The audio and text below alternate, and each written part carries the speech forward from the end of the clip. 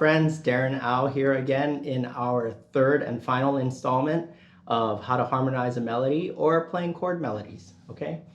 Let's start with this melody that I'm playing, all right? This is called Can't Help Falling in Love, and it's by Elvis, and it comes from his Blue Hawaii movie. That was a really popular hit back in 1971, I believe. Okay, and so this tune was a hit song out of that movie. And so it goes.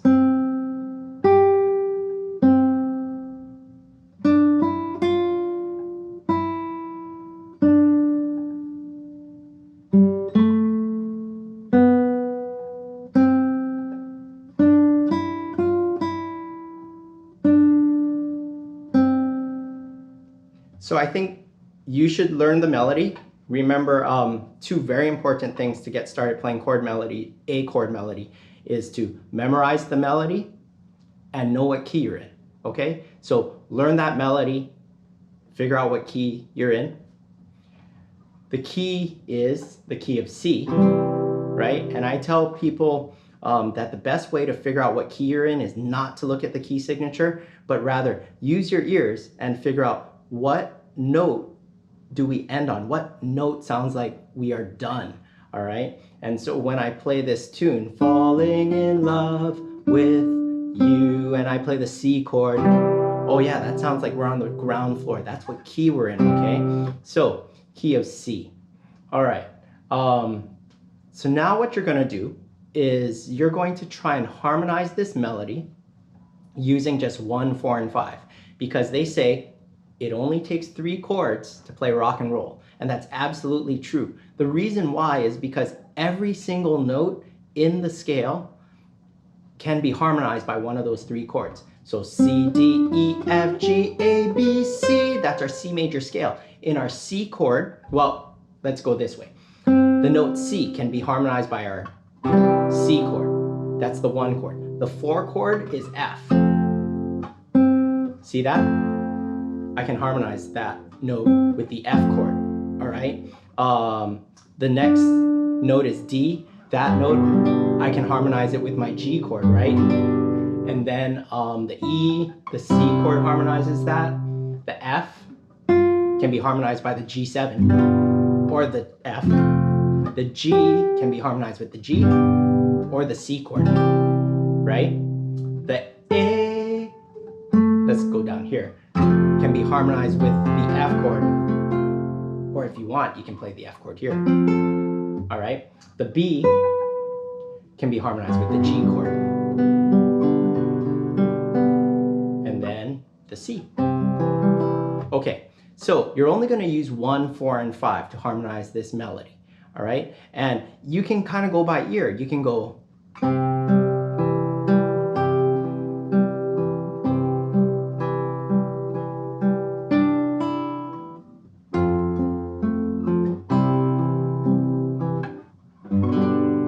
So I'm just kind of going by ear. But the first solution maybe isn't always the best solution. So what if I change chords on that second note? C, G, maybe I go.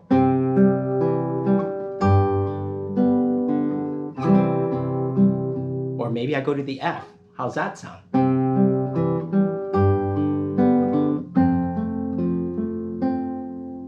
Maybe, you know, some of you might be like, ooh, that's wrong, okay? Maybe.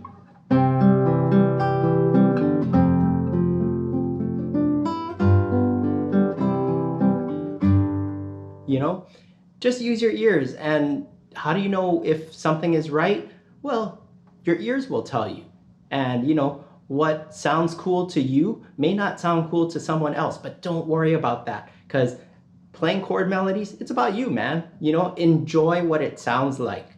You know, if you think it sounds good, then hey, power to you, man. That's great, okay? So what I want you to do is you figure out how to play this chord melody just using 1, 4, and 5, all right? So let me play you, I'm gonna try and put something together right here. Let's hope it comes out, right? Here we go.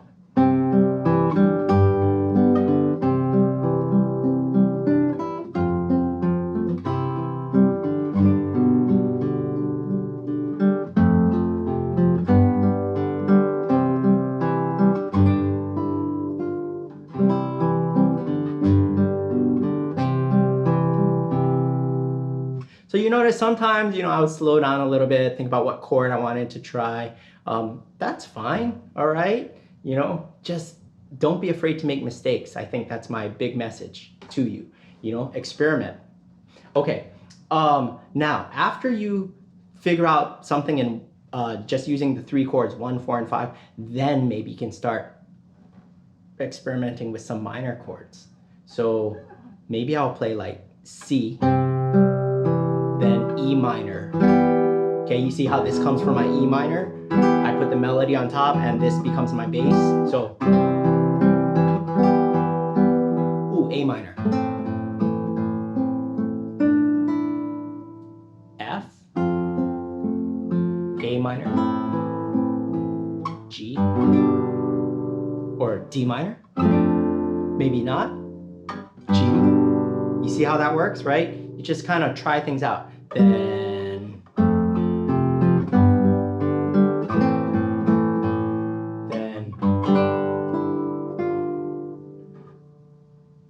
ooh.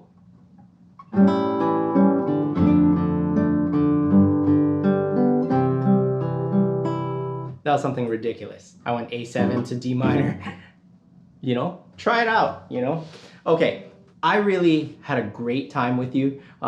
Thank you so much for watching these videos. And maybe someday you can visit me out in Hawaii, okay? All right, aloha friends, see ya.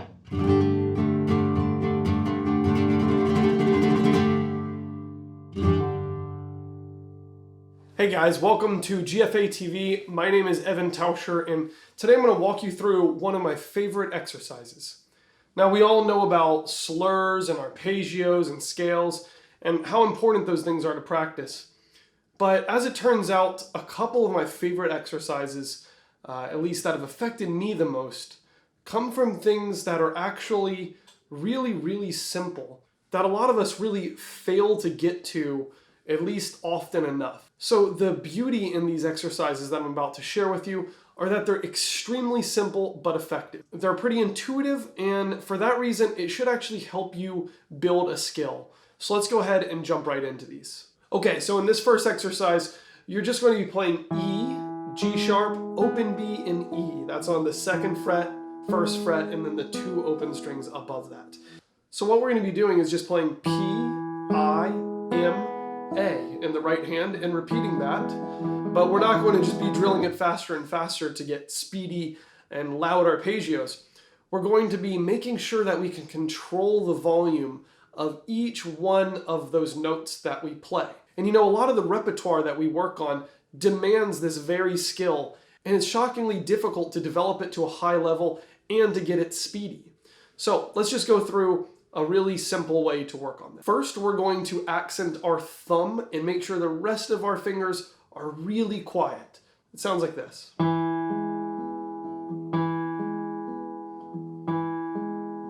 A really common mistake here is to accidentally play and accent another finger, right? This is accenting middle finger. We're trying to really just accent the thumb and everything else stay really quiet. Another common thing you'll hear is this. Because we really want to give weight to our ring finger, probably from things like, but in this situation, we're going to avoid that. So after we've really gotten down the control of our thumb and everything else is staying really quiet, but audible, we're going to switch to our index finger being the accent. But we're not going to start on our index finger. We're going to start on our thumb, but just accent the index and try not to accent that thumb.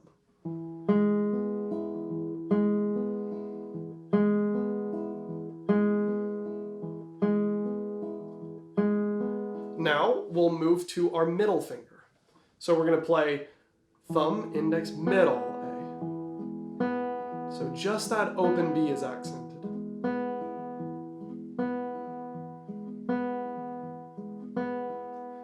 And you can see the level that this can get to is really high.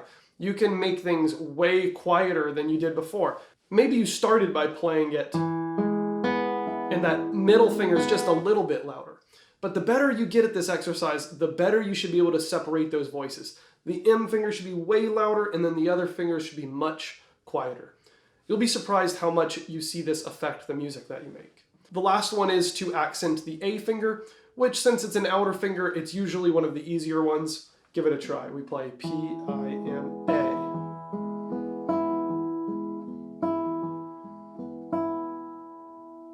Okay, one more exercise. It has to do with the same thing, right hand control. We're just going to be playing a simple C major scale. And no, we're not going to be doing speed bursts. We're not going to be playing as loud as possible. We're not going to be playing it in 3 octaves. We're going to simply be playing it in 1 octave, starting in this 5th position on the 3rd string, and we're going to play this one.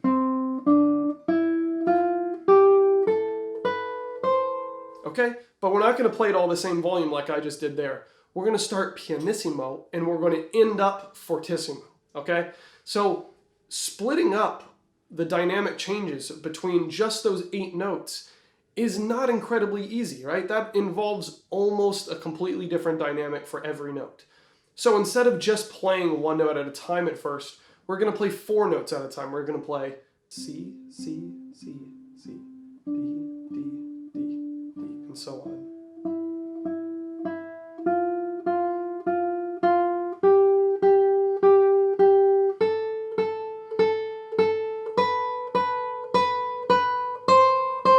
Once you reach your max volume, we're going to work our way back down.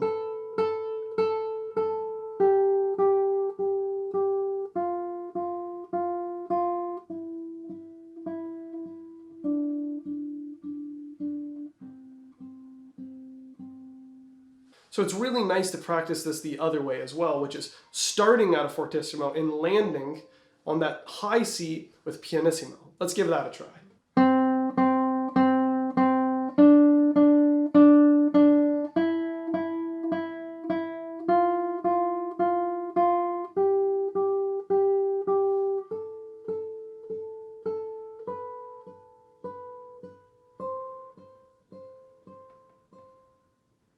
Okay, I promise if you practice these things, you'll notice a lot of results from these really simple exercises that focus on mindfulness and just really paying attention to what your fingers and your mind want to do. I hope this helped, and thanks for tuning in to GFAtv.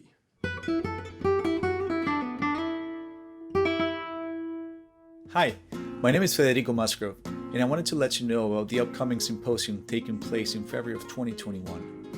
This time around, we're offering all schools around the country our symposium in a new virtual format, featuring an exclusive performance by Flamenco master Grisha Goryachev.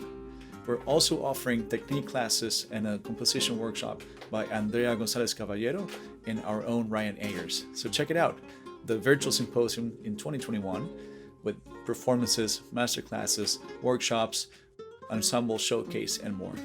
Visit our website, guitarfoundation.org, for more information.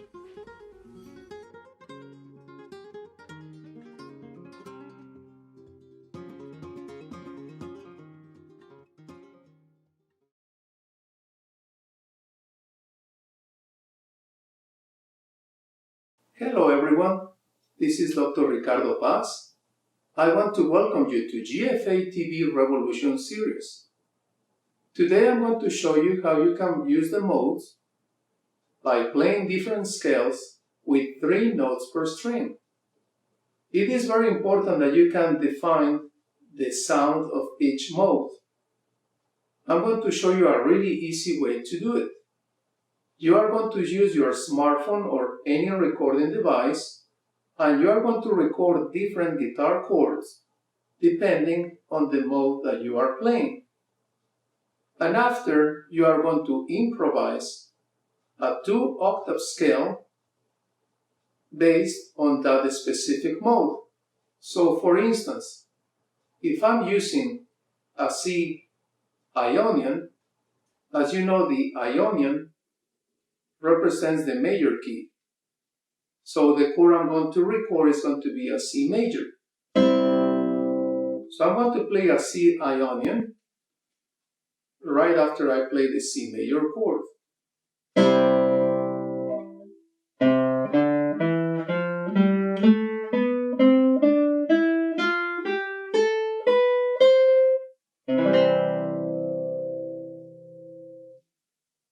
This mode sounds happy, so it's a happy feeling. Now I'm going to play a C Lydian. the Lydian belongs to the major mode, so I'm going to keep using my C major, and for the scale I'm going to play an F sharp. So here is a C Lydian.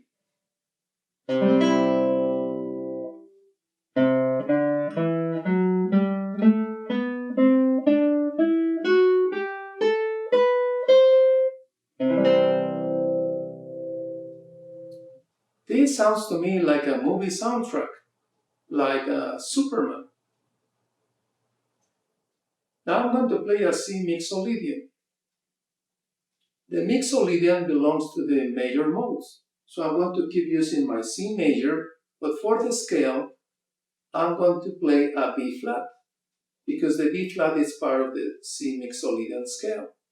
So here is your C major, and now I'm going to play a C mixolydian.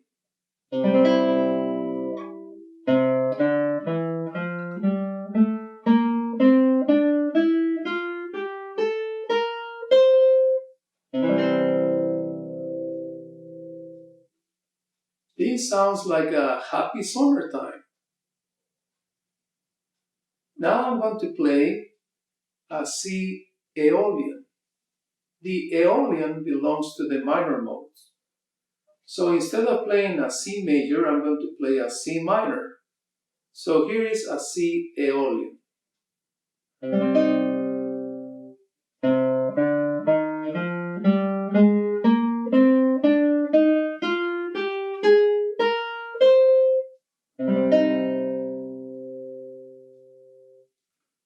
This mode sounds like a sad feeling. Now I'm going to play a C Dorian. The Dorian belongs to the minor modes as well, so I'm going to keep using my C minor. And for the scale, I'm going to play an A natural, because that note is part of the scale C Dorian. So here is C Dorian.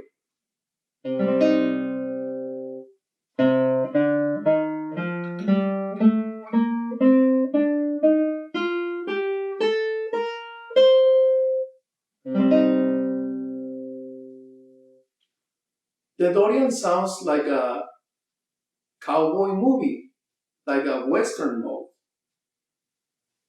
Now I'm going to play a C Phrygian.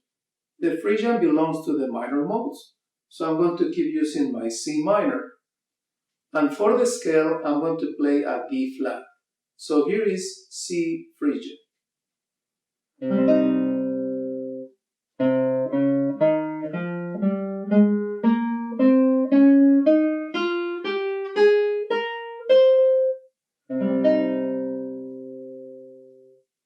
This mode sounds like Egyptian, so it's the Egyptian mode.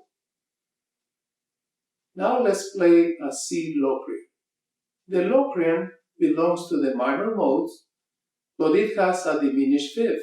So instead of playing a C major or C minor, you are going to use a C diminished, because the diminished fifth.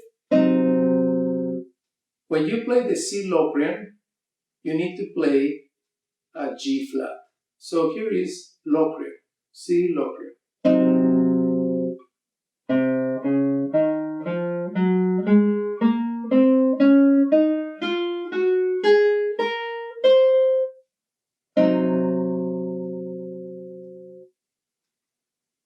Thank you for watching this video.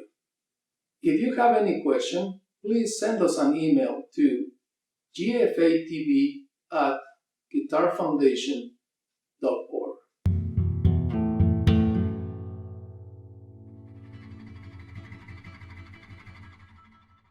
How's it going? My name is Edward Frank Martinez, and I'm a classical and flamenco guitarist based in Southern California, and so excited to be here with you guys talking about flamenco on GFAtv.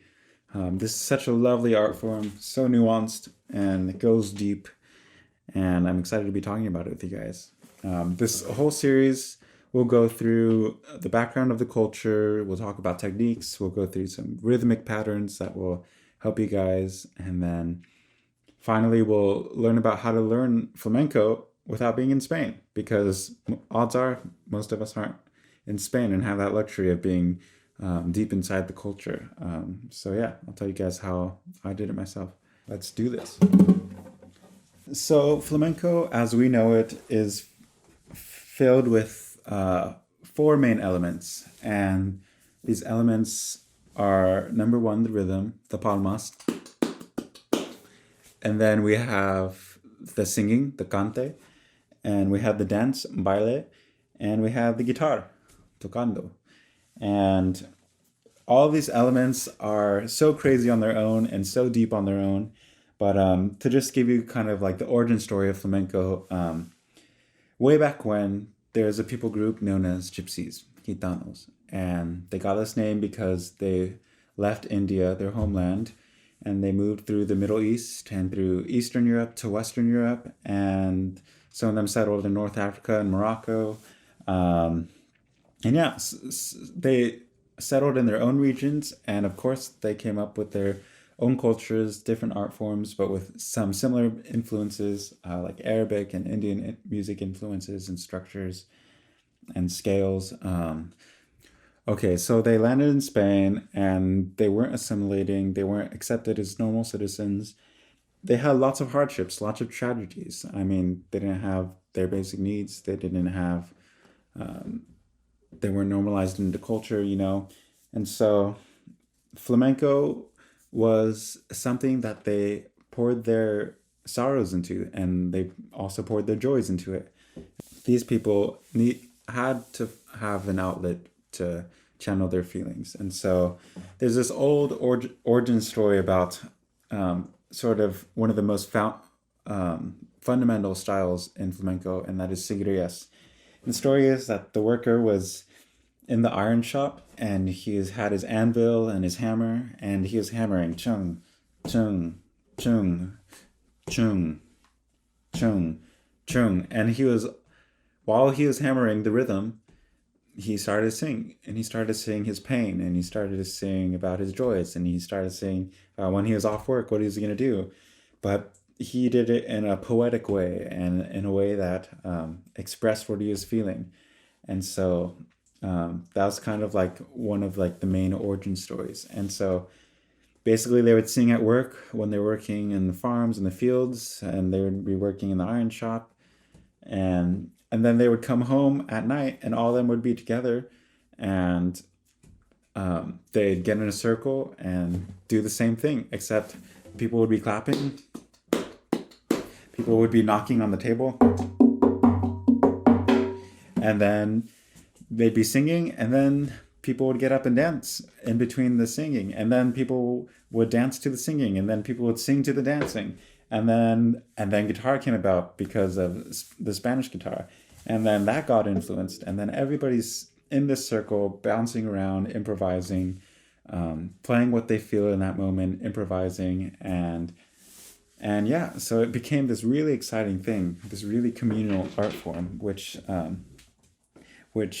became their medium of expressing sorrow and pain and joy and community. And when you think about it, it's kind of a parallel to jazz. Jazz was in New Orleans. It had so many influences, and it was a medium to channel expression. And so flamenco is the same way. So nowadays flamenco has spread all throughout Spain and throughout the world. Now it has taken on many different forms and many different ways of singing and playing and dancing. And finally, just to close this segment, if there's anything you should know about flamenco, it's just that it's a culture that is about hardship, it's about struggle, it's about joy, and it's about expressing all of this through any of the mediums: dance, singing, rhythm, and guitar. It's about expressing yourself with nuance inside of flamenco structure and flamenco music. And yeah, in the next segment, we'll get to some fundamental techniques. Thank you.